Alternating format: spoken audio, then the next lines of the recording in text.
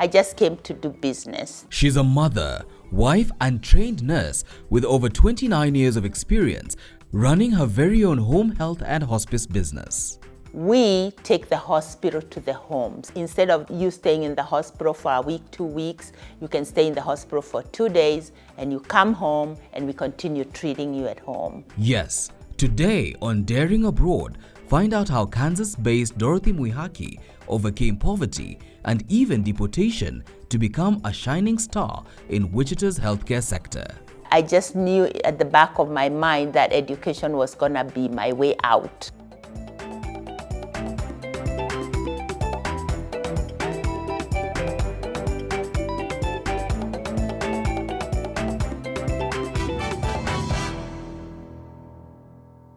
Yes, that is how we begin this new month with a bit of a dose of inspiration from Kansas in United States. My name is Michael Zimanje and this is Daring Abroad.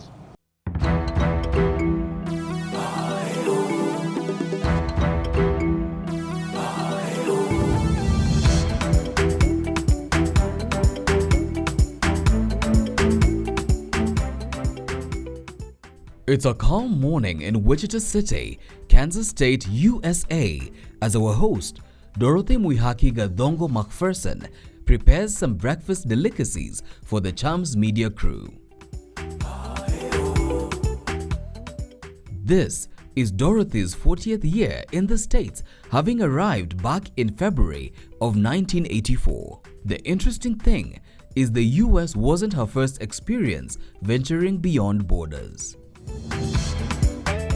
I was born in the early 60s, and so we migrated to Uganda probably like maybe 65, something like that. And then we went to Ginger and stayed until like maybe early 70s. Then we came back home. It was very challenging because by then my parents had divorced, and my mom, there's 7 of us, and I'm the oldest. So it was very challenging, you know, there's many times we didn't have food, clothes, stuff like that. But the blessing in disguise is I was a very good student. I was always top of my class. I think it's not that I was a smart student per se, but I could outwork everyone. I worked hard. You know, I studied morning, I studied night, I studied weekend. I just needed a way out. Because, you know, when I looked at my situation in my family, it was a dead end. So I just knew at the back of my mind that education was gonna be my way out. This hard work paid off as a young Dorothy excelled, scoring straight A's in all her examinations, but unfortunately, she reached a dead end as she was finalizing her high school education at Njoro Girls. I passed very well. I was getting calls from everywhere, but I knew there was no chance. I knew I wasn't gonna be able to continue with my education because obviously, you know, financially I couldn't. So luckily, my uncle was a manager for Barclays Bank. So he was able to secure me a position at Barclays Bank, Moy Avenue. Thank God to my manager, Mr. Kigathi, that gave me that first position at Moy Avenue. So then that's where I started. I was just a clerk, mail clerk. I would open mail in the morning, and then in the evening I would collect all the mail and ship it out. This was the start of Dorothy's turning point. Despite landing a job at 19 years, Dorothy wasn't satisfied. Being that now I had an income, you know, my family depended really on me, the whole family, the seven kids plus mom. Now my little paycheck was not going far, you know, and I would find sometimes by mid-month at a fair sina ya kwenda to go to work. So now I started thinking this is not gonna work, you see. And then I also started, you know, feeling like even in my job I wasn't challenged enough, you see. I felt like, oh, I have more potential than this, you know. And it's not to look down on anybody, it's just like you know your potential and you know when you can do more. So I started thinking I need to get out of the country. I didn't know where, but I'm like, I'm gonna get out of the country. So then I started talking to people, and then I decided I'm going to America. So then I started telling everybody I'm going to America, and I didn't even know how. Inspired by this, Dorothy started applying for scholarships abroad, and as luck would have it, she gained admittance to Heston College in Kansas. That is how Dorothy found herself here. It was lonely. You are 21. You don't know people, you know. So I started working on campus. I was working in the cafeteria. And then luckily it was springtime. So within a few months, we were done with school and it was time for summer. And then summer, I worked on campus all summer, you know, so cleaning the dorms that summer. And after that, now I was able to make enough money to buy myself a little car and then move off campus, which was less expensive. Since I was working for a bank, I just came to do business. That's what I thought I came to do. So I had just started doing business. So then I moved off campus now that fall, and I kept going to school. They kept asking me, when's the school fees coming? And I kept saying it's coming, you know. So I was able to clear another semester. And then I took a CNA class to be a certified nurse assistant. And then that December now I was able to get a better paying job a little bit. And better paying means $3.85 per hour. Yes, that's how much we made then. And I started doing my CNA jobs. I worked 16 hours every day. I did 16-hour jobs in those nursing homes, the whole of 85, 86, 87, summer. That's when I cleared my debt. Here is where her passion for nursing started, a passion that grew into a career. What followed was changing of her specialty from business to nursing. She even got employment at St. Francis Hospital. They gave me that contract. When I finished nursing, I would come work for them. And in exchange, they gave me $1,000 that I could put towards school. And then on top of that, there was an agreement when I finished school and I started working, they would do a direct deduction from my payroll to the school. So that now what saved me, because now that last year, everything was okay. All I had to do is work to pay my rent and my food. And then, and I was able to come down now and concentrate on school, and graduated in '89, finished, passed my boards, praise the Lord, life was good. Yeah, that now changed the trajectory of my life. Despite her good fortunes, life had one more curveball for the Kijabi native. The other issue that came up now at St. Francis, after you finish school as a foreign student, they give you 6 months of practicum. So I had 6 months and I have forgotten. So I started in June, you know, so by November, now they're telling me to self-deport myself. To where? To Kenya, because my work visa is over. And I'm like, what? You know, I was like, so like, you know, because I had completely forgotten. I was feeling I'm good, you know, like I was in this high, you know, I was feeling so good about my accomplishment, you know, and so I had forgotten that part. So they told me to self-deport. But the ever-prepared Njoro Girls alumna had one ace up her sleeve, as the Americans say. At that point, I was dating my husband, and so I just told him, hey, man, if you don't marry me, I'm going back to Kenya, so you better decide what you're gonna do. So anyway, he decided we get married, so we did get married. We went to courthouse that year, we got married, and then now I was able to continue my career.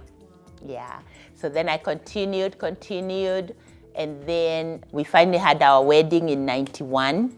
And I went home. I had to go home and tell my parents. That's the first time I went home since I first came. I went back now in '91. I came '84. I went home '91 for the first time. And then I came back, and a few months later, I brought my mom over for my wedding. So I had my wedding in 1991. And then 1992, I had my first daughter. Her name is Megan. Very good girl.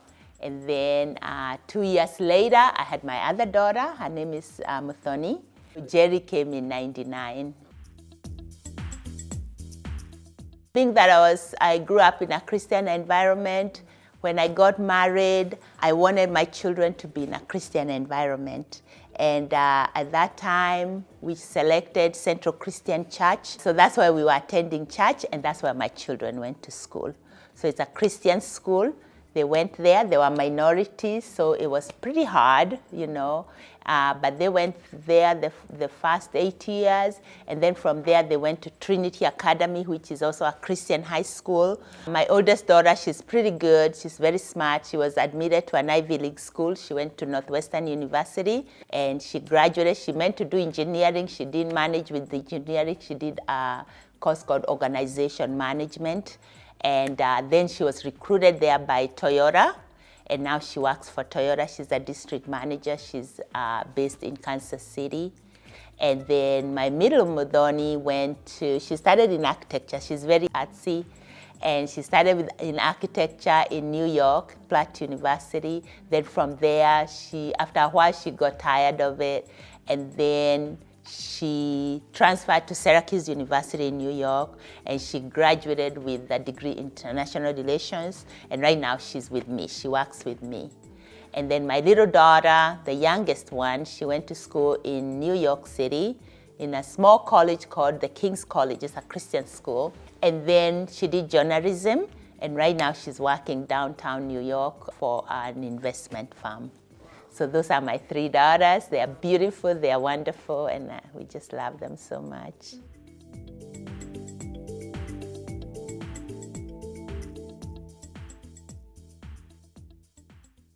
Quite interesting there from Dorothy, who's in the United States. But for now, we just have to go on a short break. But when we return, more on Dorothy and how she was able to establish her practice in the United States.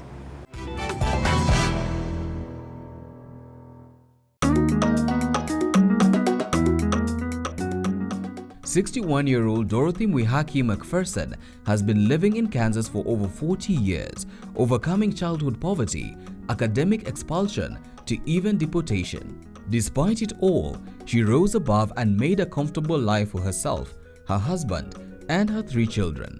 And with roots firmly in the ground, she finally decided it was time to grow professionally.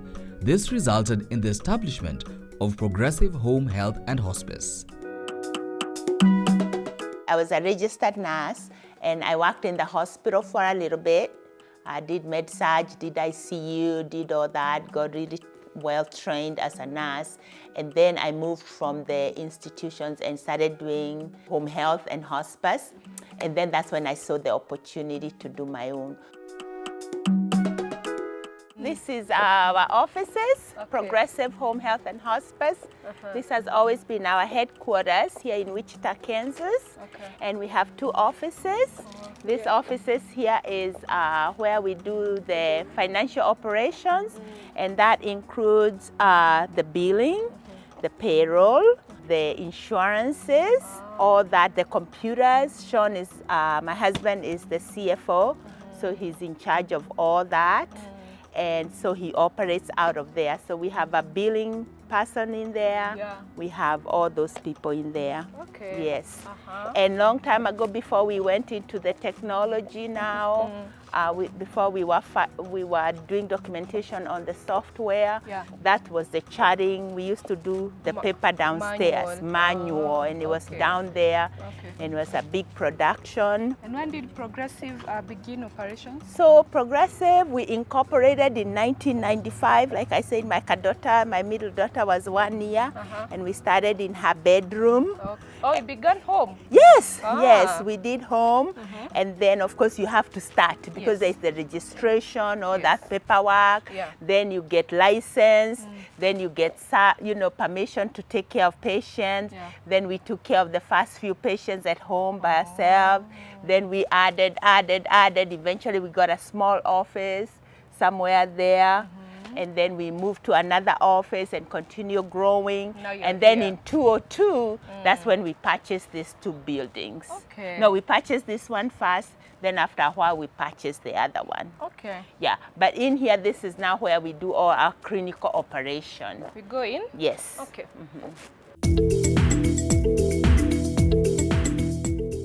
So So this is our front desk. Cindy is our office assistant. Okay, hello And Cindy. And she's been with us for a long time. How many years, Cindy? Exactly the same as Betty. Oh, over 20 years. Wow. So yeah, so all the funds come here and she distributes it in the both buildings. Okay. And then if there's a call for the nurse, she can call the nurse and page the nurse and those kinds of things. So in here we have our HR department, and we have Betty. She does all the hiring, and you know, we have to stay staffed all the time because patients need help today, not tomorrow. So if you're coming from the hospital today, you need your nurse today. So it's ongoing, constant. Human resources. Yes, You know? and then in here we do all the intake, all the referrals coming in, each and every patient coming in from wherever they are coming from, whether it's the hospital, nursing home, doctor's office. She's gonna receive that call. She's gonna set up the first visit with the nurses or the physical therapist and get it going. What we do now with Progressive Home Health and Hospice, which is the company I run, we take the hospital to the homes. So if you're instead of you staying in the hospital for a week, 2 weeks, you can stay in the hospital for 2 days and you come home and we continue treating you at home, you see. So we send nurses to the homes. Like if let's say you have a wound, we can have the nurse come out and dress it 2-3 times a week. Let's say you need IV infusion, like IV antibiotics, we can come and give you IV antibiotics at home. Let's say you're a mom that's pregnant, have problem with hyperemesis, you're throwing up so much, we can come and give you fluids at home, get you hydrated. And then let's say you had a knee surgery and you go home, we can send physical therapists to exercise that leg and get you well so you can go back to your life. We also have another department which we call Hospice, which we take care of end-of-life clients. So when the doctor tells you there's nothing more we can do, you already know that there's gonna be pain, there's gonna be anxiety, the family don't know what to do with you. So we come into the home and take care of you. We give you pain medicine, we give you medication for nausea, medication for anxiety, we support your family, and we take care of you until the end of life there in the home. So that's what we do. And we hire mainly nurses, physical therapists, occupational therapists, home health aides, and we have doctors also that do home visits. And then in here we have my office. You can come into the boss's It's not very clean. I hate to show my office. Please don't judge me. No problem. But yeah, this is my office. It's always a mess because I'm pulled in so Handling a many. lot. I have to stay on top of all the new regulations, new things in healthcare, because I'm the one who's then gonna train the team and change policies and procedures. I write all the policies and procedure and then I implement. Then I'm in charge of strategy, marketing. We have to keep getting patients. There is a lot of competition and I have to keep my company going. So I have to be in charge of the strategic planning for the marketing, you know, so that's also my job. Yes. And what yes. are some of the regulations, the policies that such a business that is dealing with home care, that is dealing with patients, Yes. what has to be in place for such a business to run, Yeah. especially here in the US? Yeah, there's many regulations. Here everything is controlled. Even like you can't really take a picture on here because you might see patients' data. So Privacy. yeah, privacy. There is quality of care, standards of care. And when you write the policies and procedure, you are saying, you know, I cannot go see a patient without a doctor's order. Okay. You know, who can receive a doctor's order. You cannot now you can walk in here and receive a doctor's order because you are not licensed. So there's guidelines, you know. Not to have the license. Yeah, also so as there's well. guidelines for everything. Who can change a catheter, who can change an IV, who can give medication, who cannot, you know, those regulations. And then we have to transfer that now to to reimbursement. What's can be reimbursed and what cannot be reimbursed. Okay. You see? So then I have to watch, okay, you know, of course a business like mine, and being that I serve minorities also a lot, so I have some cases that are pro bono that I do for free, you know, but then I have to control how many pro bono am I doing.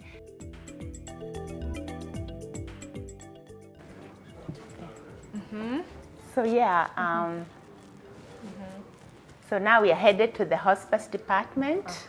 And our hospice department, I think we started 2004. Okay. In the beginning, we were just doing home health.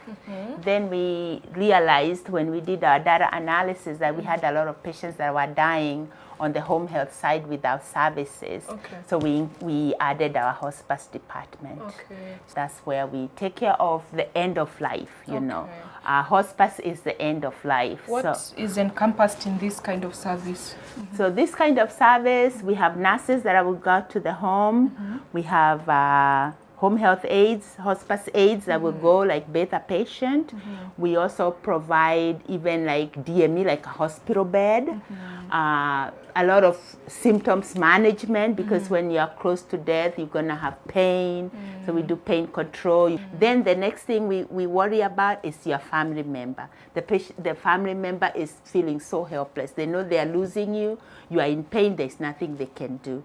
So once we make you comfortable, then we start working with the family. We get the social worker in so they can deal with issues of grief. You know, we deal with issues of preparing, maybe funeral arrangements, you know, maybe doing your do not resuscitate. So when you code, we are not trying to bring you back when we already know you are not gonna get well. You know, so we facilitate all those. What is your team made up of? How many nurses do you work with? So like we have a team of about 75.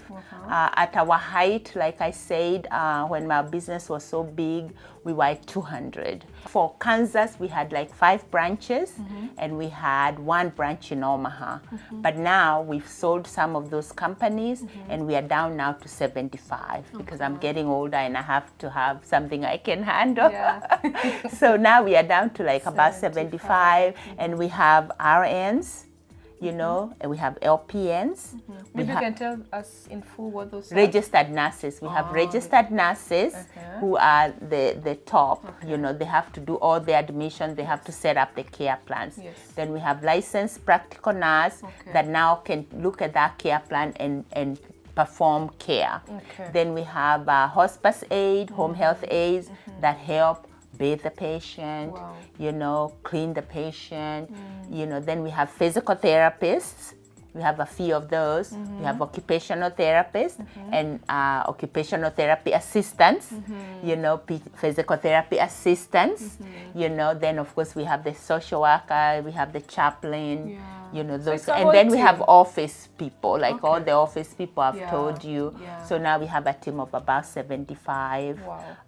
Then we have people that have to be on call because we are required by law to be on call 24/7. Like you. Yeah, like now where I come in is when we don't have people, then I have to answer. I'm always the final call. So I'm always on call, you know. But yeah, that's what we have. And we've been servicing now this Wichita community, like I said, since 1995.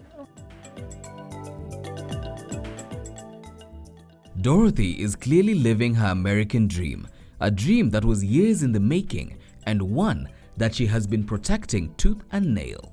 A lot of challenges, you know, the competition is steep to get the patient, is, you know, like we have to really work on the marketing.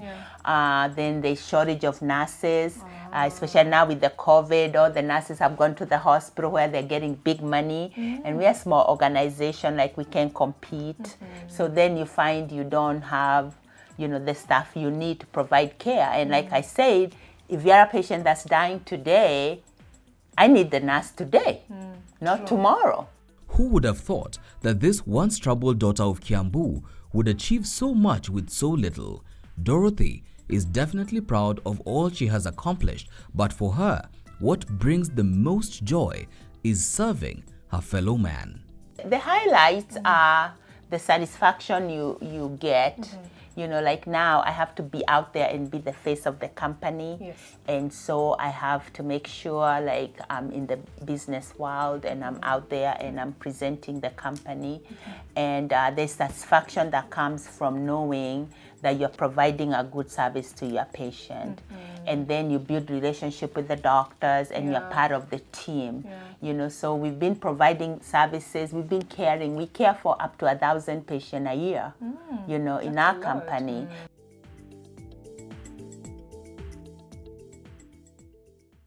Now that is what we call inspiring content from the United States. Many thanks to our guest today, Dorothy Mwihaki, for that source of inspiration. And thank you as well for tuning in to this week's episode. On behalf of the team, we say let's do this again next time.